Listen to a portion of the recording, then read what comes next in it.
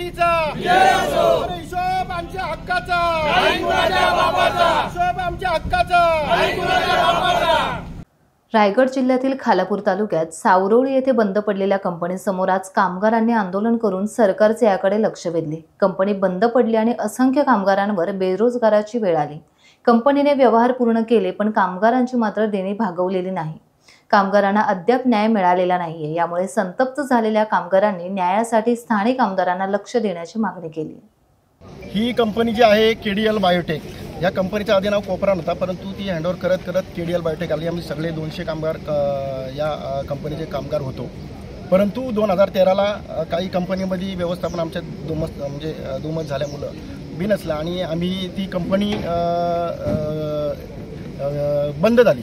बंद झाल्यानंतर कंपनीची आज उद्या देणे मिळेल असं आमचं त्याच्यामध्ये विषय आम्ही प्रत्येक वेळेस हाताळला। त्यावेळेला आम्हाला असं वाटलं कधीतरी हिशोब मिळेल, परंतु ही कंपनी आत्तापर्यंत ह्या कंपनीचा आम्हाला कोर्टाने सुद्धा त्या ठिकाणी आम्हाला पत्रक दिलं की तुम्हाला एवढा हिशोब आहे, तो आम्ही स्वीकारायलाही तयार झालो, परंतु आत्तापर्यंत 1 रुपया मिळाला नाही। मला असं सांगणं आहे, ही कंपनी चालू असताना ह्या ठिकाणी अनेकांनी फायदा कमवला, परंतु कुणी या ठिकाणी बंद झाल्यानंतर आमच्या भावना किंवा आमच्या हिशोबासाठी आले नाही। परंतु जमीन या ठिकाणी कंपनी असताना त्या कंपनीची विक्री व्हावी अशी अनेकांची इच्छा होती, परंतु कामगारांची इच्छा होती की बाबा विक्री होऊन तरी आमचा हिशोब मिळेल।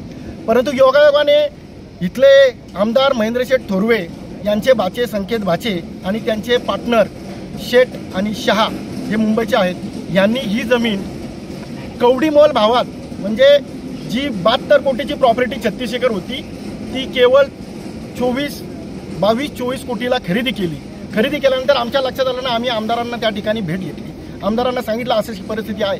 आमदारांनी सांगितलं की याच्या बाबतीमध्ये लवकरात लवकर निर्णय काढू। इलेक्शन जवळ आला, इलेक्शन जवळ आल्यानंतर त्यांनी या ठिकाणी कुठल्याही प्रकारचा चुकीचा मेसेज बाहेर झाला नको आपल्याबद्दल म्हणून संकेत भासे यांनी 4 फाट्यावर आमची भेट घेतली। त्या ठिकाणी सांगितलं की बाबा तुमचा हिशोब आम्ही लवकरात लवकर देऊ, परंतु तुम्हाला विनंती आहे की आमदारांबद्दल चुकीचा कुठल्याही प्रकारचा मेसेज जायला नको, अशा दृष्टिकोनातून तुम्ही आमच्याबरोबर राहा आणि आम्ही तुम्हाला न्याय मिळवून देऊ। परंतु इलेक्शन झाल्यानंतर ह्या कुठल्याच मालकांनी आमच्याकडे पाहिलं नाही, आम्हाला डुंकून विचारलं सुद्धा नाही की बाबा तुमचं काय झालं, कुठपर्यंत आलं। परंतु नफेखोरी कमानीच्या नादामध्ये त्यांनी इथले मतदार पण आणि त्यांचे सहकारी पण सगळ्यांचा त्यांना विसर पडला आणि त्यांनी ही कंपनी एल&टी कंपनीला कामगारांना अंधारात ठेवून, स्थानिक कामगारांना अंधारात ठेवून त्या ठिकाणी त्यांनी नफेखोरी कमवण्यासाठी 4 पटीने, म्हणजे जी 22 कोटीला म्हणजे ती 104 कोटीच्या पुढं गेल्याची माहिती आमच्याकडे अशी उडती आहे। परंतु तुम्हाला सब रजिस्टरला सगळं काही समजेल कसं काय वर झाला।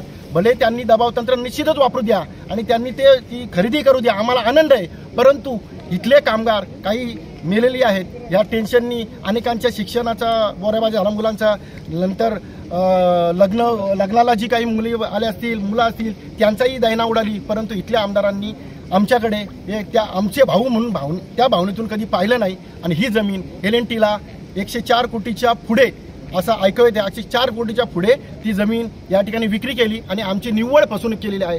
परंतु ही फसवणूक झाली याच्यावर आम्ही गप्प बसणार नाही। आमदारांना आणि त्यांचे जे काही पार्टनर आहेत यांना माझं सांगणं आहे की आपण या कामगारांची ही जी काही व्यथा किंवा ही जी काही समस्या आहे आणि याच्यावरती जो काही अन्याय झालेला आहे तो सोडवण्यासाठी पुढाकार घ्यावा आणि येत्या 8 दिवसामध्ये आम्हाला या ठिकाणी या कामगारांच्या देणीबाबत न्याय द्यावा अशी आम्ही विनंती करतो। परंतु एवढ्यावरच न थांबता आमची वाटचाल आम्ही चालू ठेवणार आहोत।